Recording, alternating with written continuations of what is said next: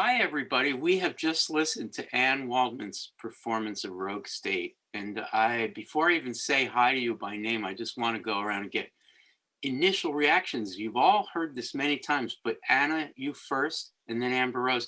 What's it like? What's the impression you get? The impression I get is just the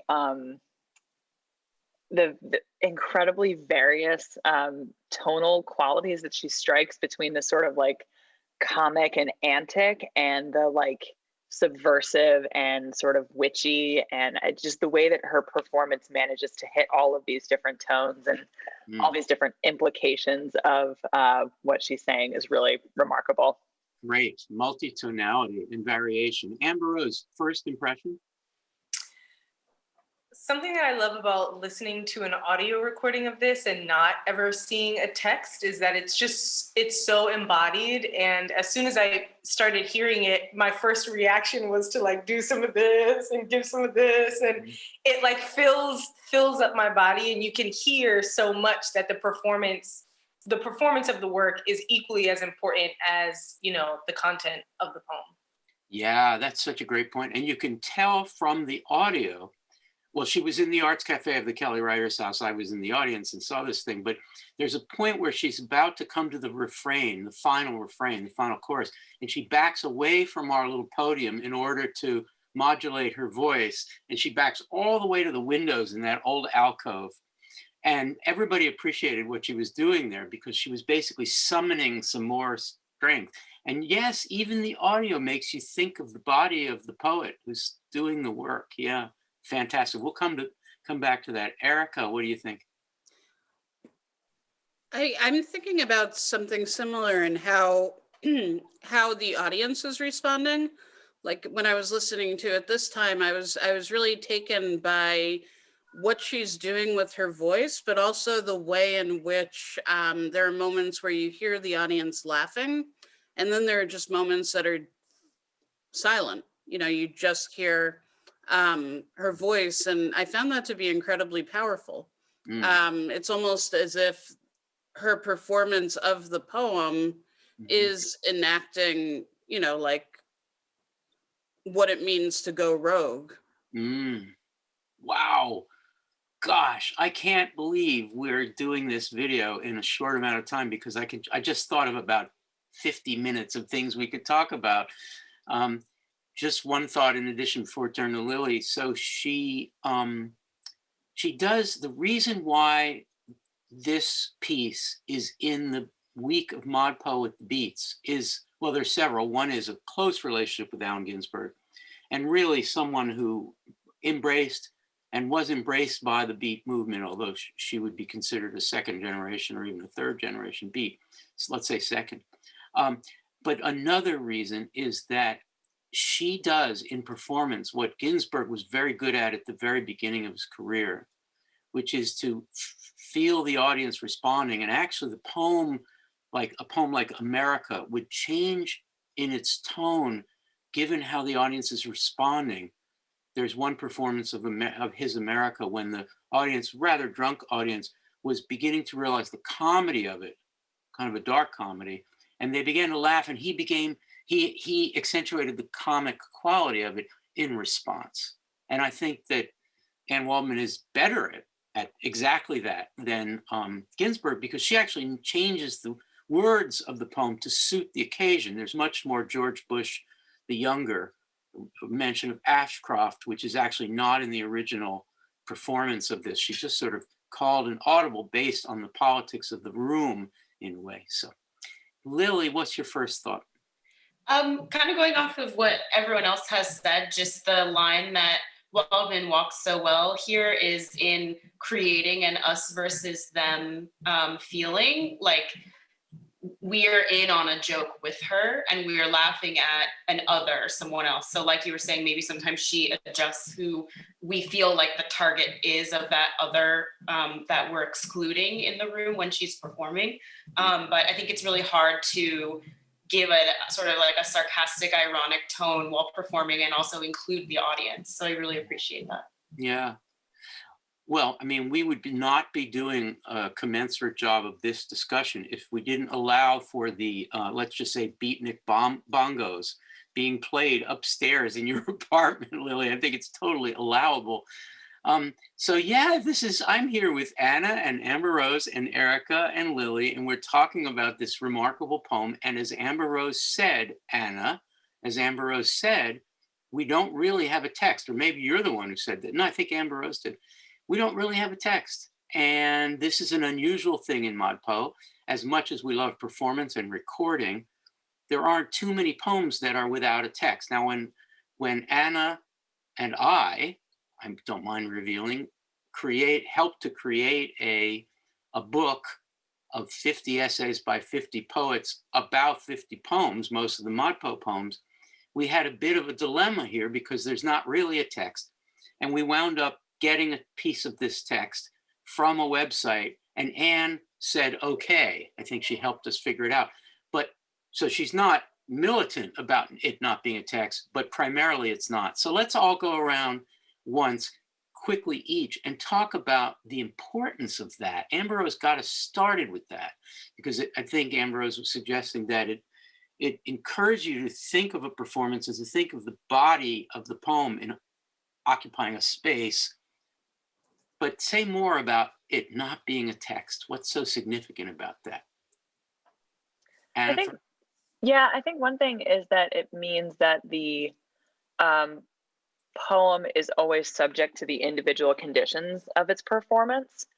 And so that means that the poet can have a sort of infinitely mutable kind of performance or, kind of way of approaching the particular poem given, there's, I can certainly imagine this poem, even though the recording we just listened to was made during the Bush administration. I can certainly imagine Waldman's performance of this like overtly political poem changing a little bit or just, mutating slightly based on, different political conditions and responding to different political moments. And I think that's really profoundly an exciting thing about the poem. It means that the poem gets to sort of radically live and change in response to whatever else is happening, just as the poet herself changes in response to what's happening around her.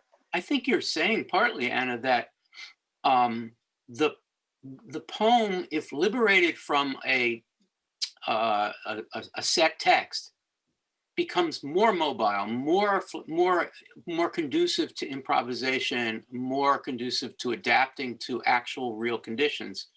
And nobody's going to check it and say, oh, she changed that. They're going to say, wow, I've just been performed. It's been a performance. Yeah. Amber Rose, you've already talked about this, but would you add another thought on this whole question of what is the advantage as opposed to a disadvantage of not having a written text? I think another advantage is maybe it changes how we close read and the process of memory and what we pull from a poem. So even in preparing to have this conversation, right, typically I can, mark or underline a particular line, which I'm not able to do. So in some cases, it might be that I'm taking notes alongside, but it also means that I'm listening with a different kind of attention. I'm leaning in specifically for words. I'm asking questions as I'm listening, and I don't have the opportunity actually to slow down and go and explore those questions. I have to be in the time of the performance, which means that I'm moving through the understanding at Anne Waldman's pace, which means that it's not always about, pulling apart the individual meanings, but rather really listening to the piece as a whole and experiencing it in a particular time that actually can't be adjusted by me because there's all this room for improvisation for the actual performer. Wow. Well, what you just said, Amber Rose, I hope anyone watching this video will see as a contribution to performance studies at large, right? And performance theory, as much as a response to a poem put in a beat week that happens to be a performance. not that that's bad. I think that's great. I'm glad people encounter this poem in that context. But you're talking about something that actually transcends any category, any kind of poet who does a performance like this is moving into a different venue. I think the same would be for watching the dance version of the Stein Picasso portrait, which takes us to a whole nother genre and venue. Oh, Erica, I'm going to ask you a kind of a version of the question. I know you were preparing to talk to the non-textuality, but just wanted to vary it a little bit, okay? You don't mind putting up with me in this kind of moment. Okay, notice that our conversation so far, which I've loved, has been focusing on form, performance, sound, all that stuff. And although we've referred to politics, we haven't actually talked about the content of the poem. I am not asking you now to turn to the content. I'm asking you a meta question. Isn't it great that because it's not textual, because it's not written, because it's so clearly a performance, we talk about the poetics of it and we don't get stuck, sorry for the word, because I love content like the next person. We don't get stuck in talking about the particular content. We haven't talked about gated communities, which is really important. We haven't talked about the images of darkness, right? So she really sees the figure moving, the witchy figure moving through this poem as potentially an artist of color in a way, because she's using that metaphor. All those really important things we could talk about, we haven't, because that's part of the poetics. Can you say a little more about that? It's so interesting. Yeah, it is really interesting. And I think it connects to what Amber Rose was saying about the performance and about active listening, and the way in which, by virtue of the fact that it's not a text that's fixed on the page, what it does as we listen to it is it opens up our ears to hear differences and to hear the melody, how the words are strung together instead of the meaning that they're making. And in preparation for this session today, I listened to a bunch of different recordings of the poem chronologically, and the changes from recording to recording are incredible, and they're totally fascinating. But I would say that the impact that the text has on me as a listener or as a reader, it doesn't change. It feels kind of infinitely relevant because the poem has that flexibility. Yeah, that's great. So what I want to do is I'm going to ask Lily a question, and then we're going to go around Anna, Amber Rose, Erica, and Lily again for not so much final thoughts as additional thoughts. So Lily, I'm sorry, I'm throwing you a curveball now. This poem fits in the beat week, and yet, unlike long-lined, unrhymed, blank verse Howl, or anything, any of Kerouac's prose, for instance, or really any of the beats, this is a ballad. It's carefully rhymed, right? And it's important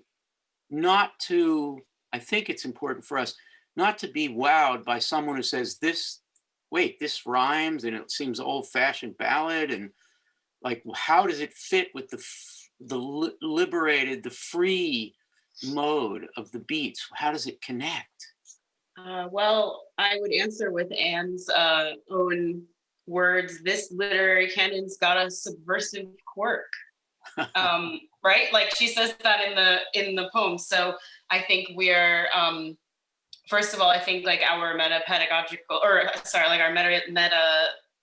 performance reading of it is invited by that line, because she's saying I'm giving content, but I'm also kind of writing a new guide for a new literary canon or a new whatever. And then I think it's the performance aspect that has its own rhythm to it that makes me excited to put it in Beat Week category, that there's a potential for someone to look at this work as disorganized or like political without a direction or something. And she's very insistently has a direction. You just have to know how to read it. So despite the neatness of the ballad rhyming, she is drawing upon the alt, world, French Revolution era, world turned upside down, witchy tradition that, by the way, Helen Adam, who's also a beat who likes to do ballads, did exactly right, and a pitch for Helen Adam in Mod Po Plus.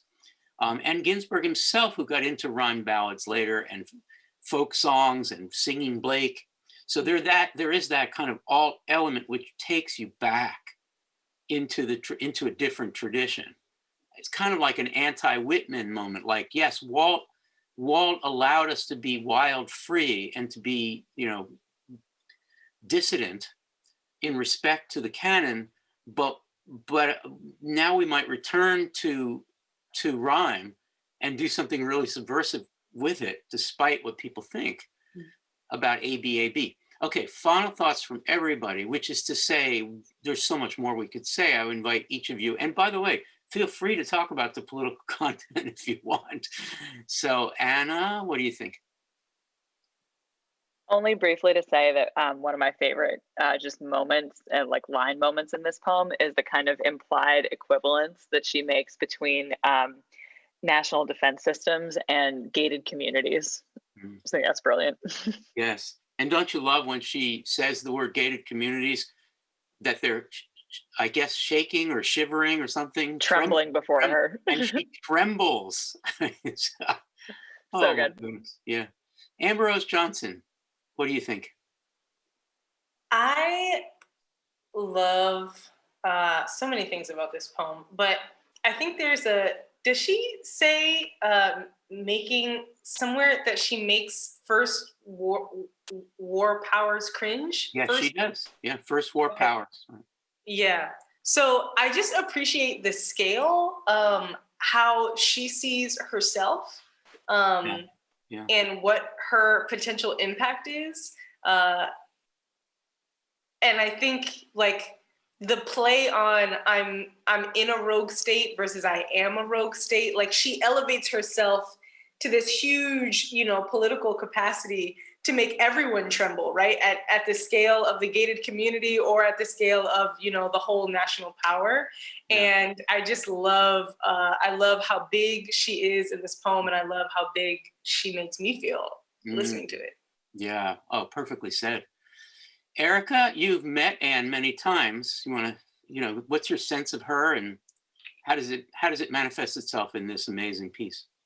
Well, I remember very distinctly one of the first times that I met Anne.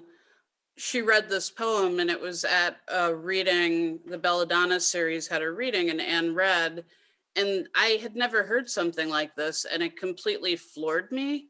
And I just remember how incredibly jazzed and empowered, I guess I would say, I felt by the idea that your rules aren't my rules, and the way that she repeats the Lady of Misrule. It feels like such a radical feminist proclamation.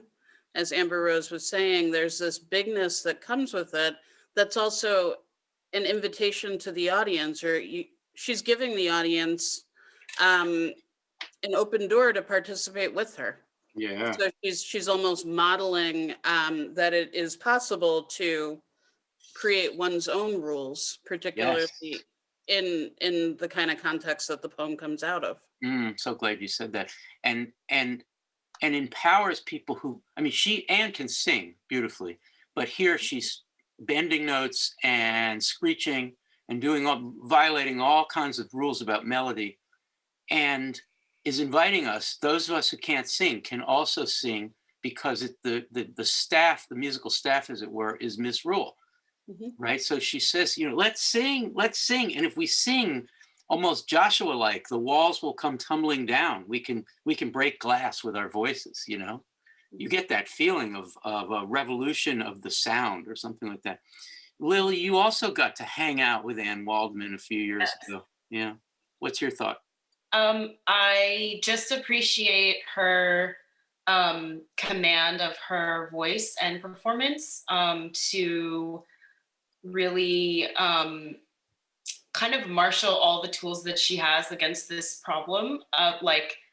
It's not right, it's not only writing, it's like writing and the tone of your voice and the volume of your voice and how fast you speak and all of those things, all fully contributing here. And that, yeah, like Erica said, it is, there's a, I think particularly feminist power that she's invoking, and I say that almost like witchily invoking, like to say, I'm going to be a large feminine figure, like going against these repressive forces, not just with hackers or whatever as referenced, but like also by just getting up and performing. Yeah.